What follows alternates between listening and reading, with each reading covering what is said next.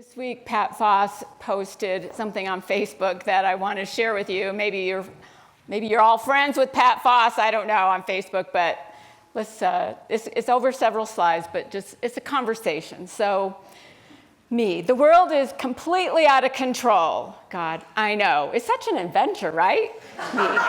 No, it's like being on a runway train. I need to feel like I'm in control of my life. God, you want to be in control? Yes. God, you are living on a spinning wet rock of a planet that resides next to a constantly exploding fireball in the middle of an ever-expanding universe that is filled with mysteries beyond your wildest imagination. Okay. God. And on this planet, you are hurtling through the great expanse you are coexisting with billions of other people who have free will and their own experiences that shape their perspectives and beliefs. Yeah?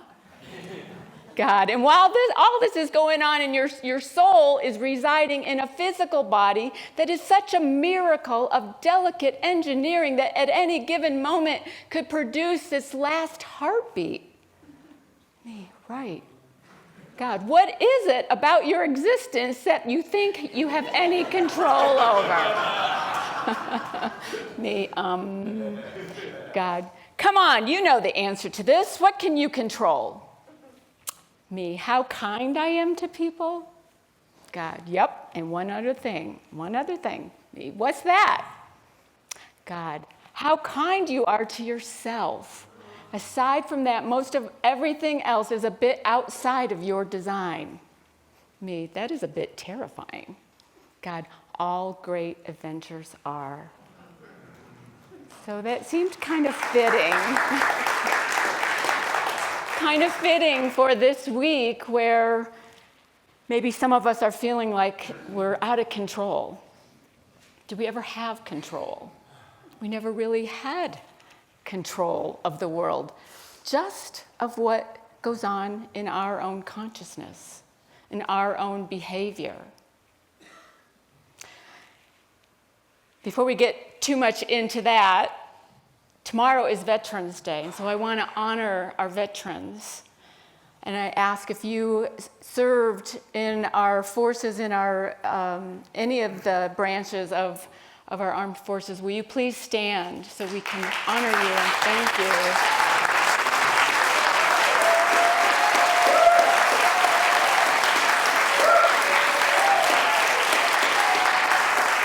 Thank you. So I have a prayer that I found, it was written by someone else whose name I don't remember, but if you want to bring that up, Doug.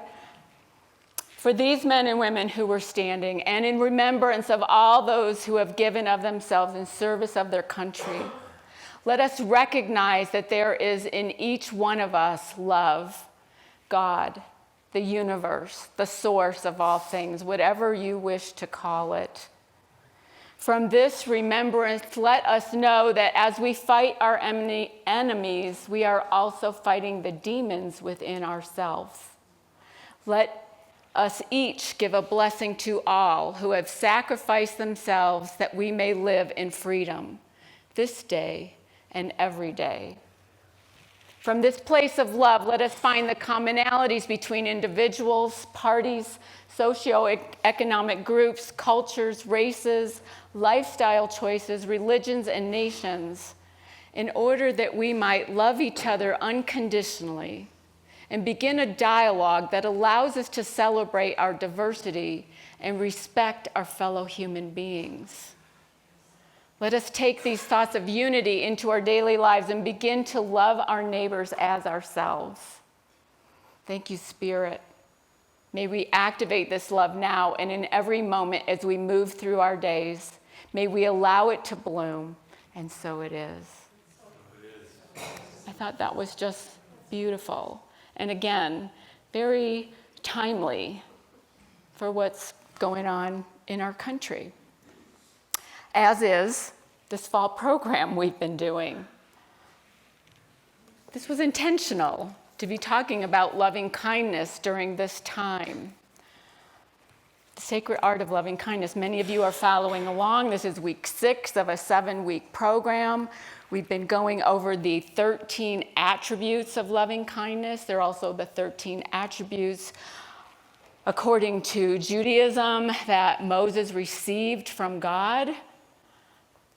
These attributes are things in us because we are the image of God that we have within us, that we are, that we can cultivate, that we can practice, that we can become more of, so that we may be a more loving community, a more loving world, a more loving nation.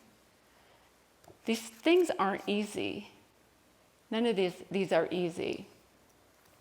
We want to control things, as that opening, whatever you call that, dialogue was about. We want to control. And we can't. We don't. We can only control how we respond, how we are, how we show up, the words we use, the kindness we express.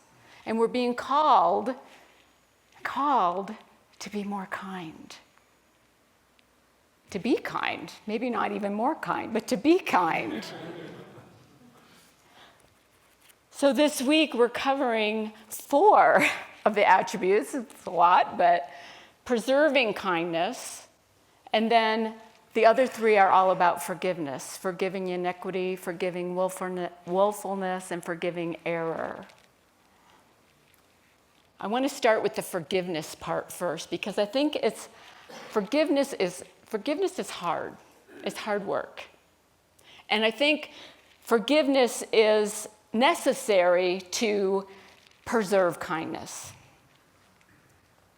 And so these different levels of forgiveness. In Unity, we always talk about that sin, we don't really talk about sin, but sin is just missing the mark. We made a mistake. We're human. It's going to happen a lot. All of us are going to miss the mark from time to time. And the process for forgiving error, missing the mark, and willfulness and iniquity it's all the same. It's about being aware. It's about acknowledging whatever emotion is coming up for us, whether we're the ones that need to forgive or we're looking for forgiveness. Either way, allow those emotions to be there. Allow them, but don't cling to them. Don't hang on to them. Transform them. And they mostly come from the stories that we tell ourselves. The stories that we tell ourselves and we keep telling ourselves, and we repeat them and repeat them and repeat them until they become who we are. And so the forgiveness process is challenging. It's probably the hardest thing that we do on a spiritual path is to forgive. Because forgiveness requires us to let go. It requires us to surrender. It requires us to love when we're hurt. It's not easy. And Jesus' disciple Peter asking Jesus, how many times must I really forgive 7 times? And he says, no, 70 times 7. It's an ongoing process. It's never ending. Our whole lives, we will need to continue to practice forgiveness. Not an easy thing. But it's something that we have to do, we must do, if we want to be free, if we want to have inner peace, if we want to live in a world and see kindness, we have to let go of those resentments. We have to let go of that anger and that whatever we're holding on to that is keeping us imprisoned to our pain. And forgiveness is essential. And forgiveness is for us. Have you ever noticed that? If we need to forgive somebody, if somebody has hurt us and we're feeling the need maybe to let that go and to forgive, it's for us. It's not for them. They probably don't even care or know. It's for us, so that we don't hang on to things, so we don't hang on to anger, so that we don't become somebody that we don't recognize, that we don't want to be, that we don't want to show up as. In the gospel, according to John, it says, if you forgive the sins of any, they are forgiven them. If you retain the sins of any, they are retained. Because forgiveness happens in our consciousness. It's something that we do to free ourselves, to let go of the story. I like how Mary Morrissey talks about forgiveness is giving for peace of mind. It's giving for more love in our lives. It's giving for the experience of joy. Because when we're hanging on to resentment, when we're hanging on to anger, when we're hanging on to anything that restricts us from living fully, we're not forgiving.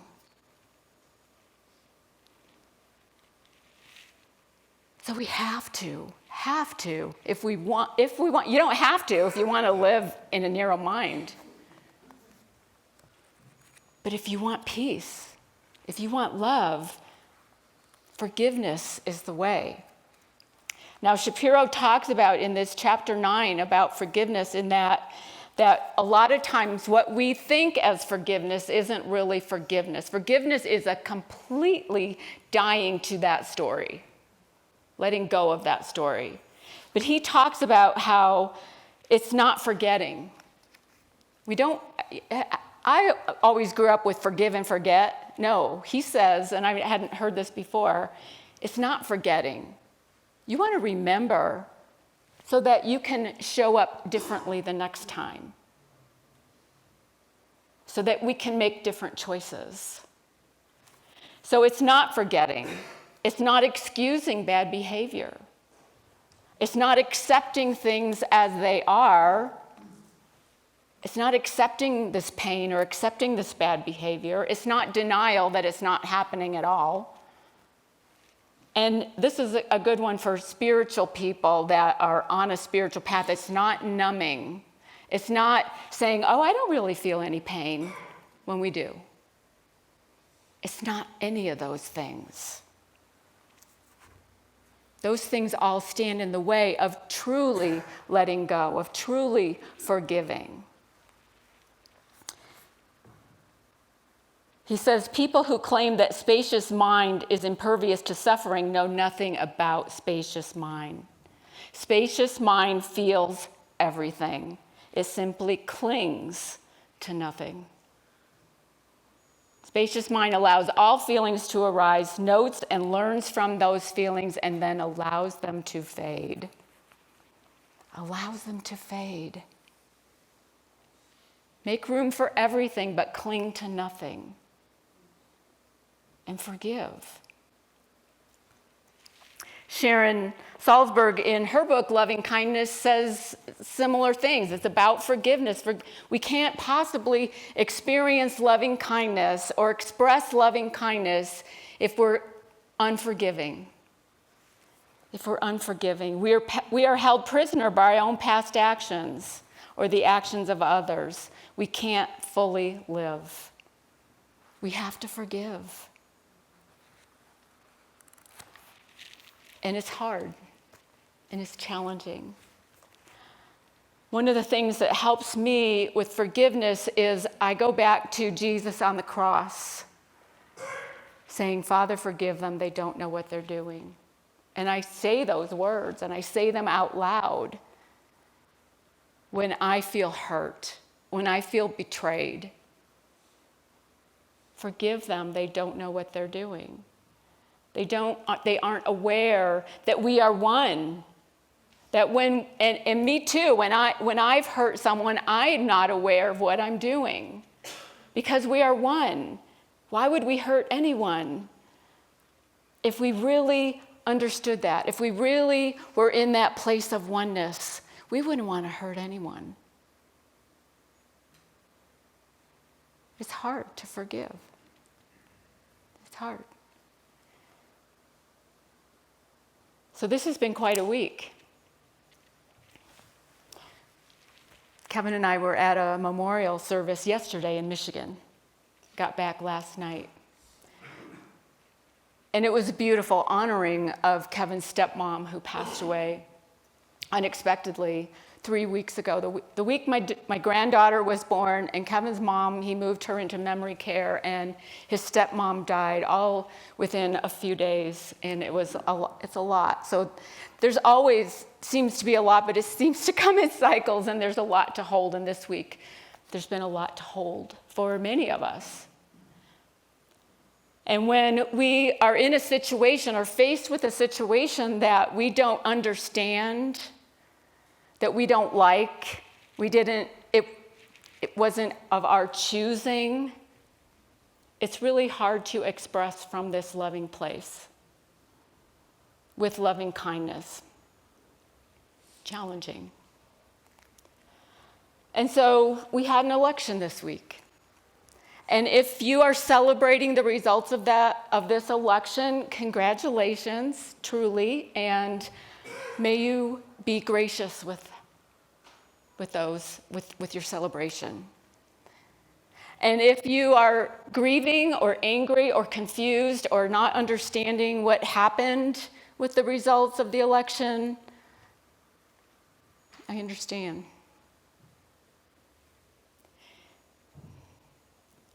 And take a breath. Take a breath. Don't forget to breathe. The minister at the memorial service we were at yesterday talked about the rest in music, that there's always a rest built into music. We need that pause. And so we need the pause here when things happen that we don't understand or we don't necessarily like, to pause and remember who you are. Remember what we've been talking about the last few weeks.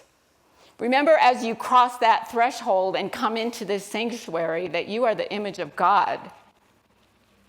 And remember, as you leave this sanctuary, that you get to choose if you're going to be the likeness of God, if you're going to express from that loving place.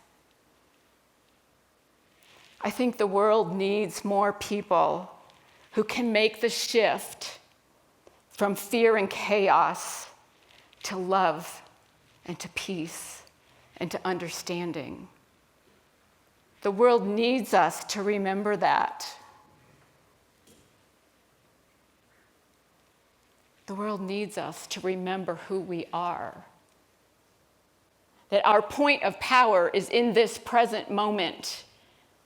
When we stay focused, when we stay aware, when we stay awake, that we are the image of God, that we are one, that we are all connected. We're in unity, in a unity center this morning, and maybe you're watching online. We're in a unity center because we believe in unity. And our founders of unity, Charles and Myrtle Fillmore, believed in unity, in bringing people together. And this is challenging when other people don't see it our way. Remember who you are. Remember who you are. And be kind. And don't let anyone take your own peace of mind. I will not accept that. No one is going to take my peace of mind. I worked way too hard to get it. Seriously. There are lots of spiritual practices in this book. There's lots of spiritual practices, period. There's lots of spiritual practices. And whatever works for you, use that to remember who you are, to stay grounded, to stay centered. The daily word on Wednesday was divine order, and it talked about we don't know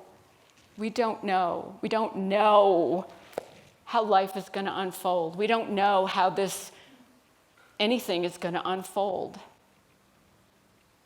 We just don't.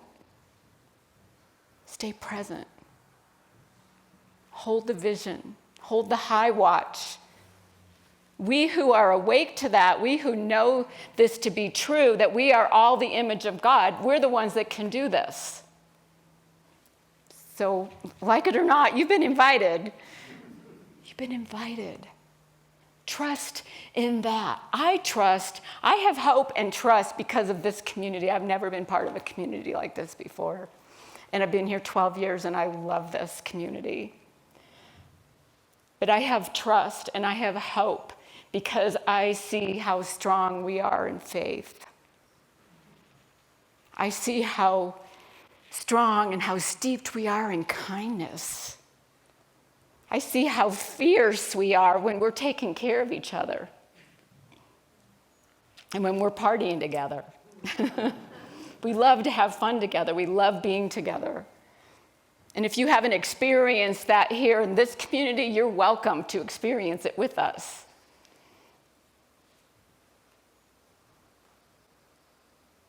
We need to remember to be kind.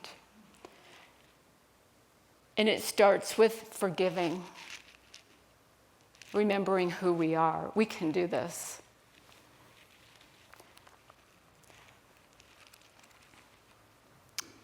On Wednesday, 2 days in a row, Wednesday and Thursday, I told you, I think last week, that I pull a card from this oracle that I have on Mary Magdalene Oracle, it's called. And 2 days in a row, I got the same card. And so I'm like, oh, okay, there's something there for me. And the card was the first power.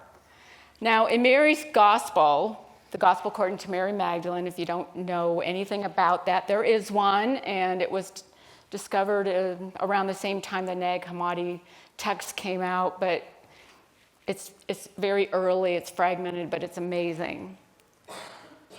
And in it, she describes the 7 egoic powers that all of us struggle with, all of us are challenged with, all of us need to work through, sometimes daily, sometimes moment to moment, these 7 egoic powers. And so I got, for 2 days in a row, Wednesday and Thursday, I got the card, the first power, which the first power is darkness.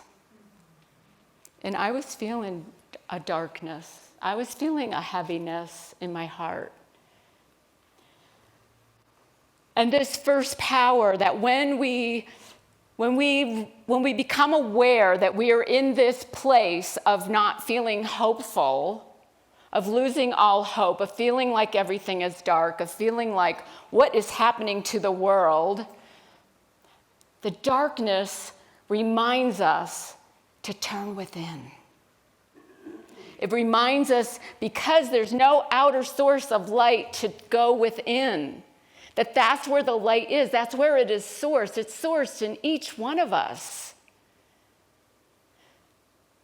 When it's so dark that we don't see the road ahead, the road forward, go within. And find that love that you are, because you all are that. It's not a question of if. It's there.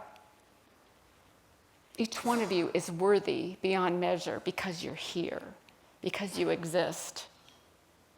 Each one of you is love itself because you are here, because you're breathing, because you exist.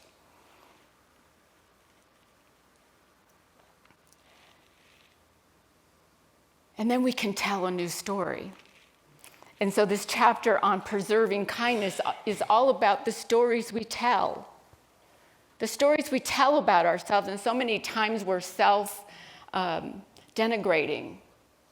We don't tell the kind stories about ourselves, but the stories that we tell about ourselves is who we are, is who we see ourselves, how we see ourselves, and how others will see us if that's how we're sharing, if that's what we're sharing. Share stories of kindness, of yourself. Preserve kindness. Mary Magdalene, in the year, I think 591 maybe, Pope Gregory declared in a sermon that she was a prostitute. There's no evidence of that. No evidence of that anywhere. but he declared it. And then for 1,400 years, maybe a little more, that was the story that was told about Mary Magdalene. I'm taking a Mary Magdalene class right now, so it's really fascinating to me. But that was the story that was preserved about her. It's not who she was. She's considered the apostles' apostle. And it's time we start telling a new story.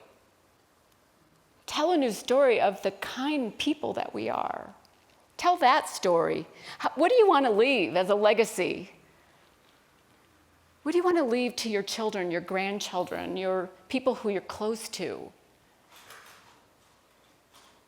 In this chapter, he talks about an ethical will, which I love the idea of that, of sharing with whoever you're going to leave it to stories of yourself, your values, what's important to you and why, and how did you get there? I want to do that for my kids.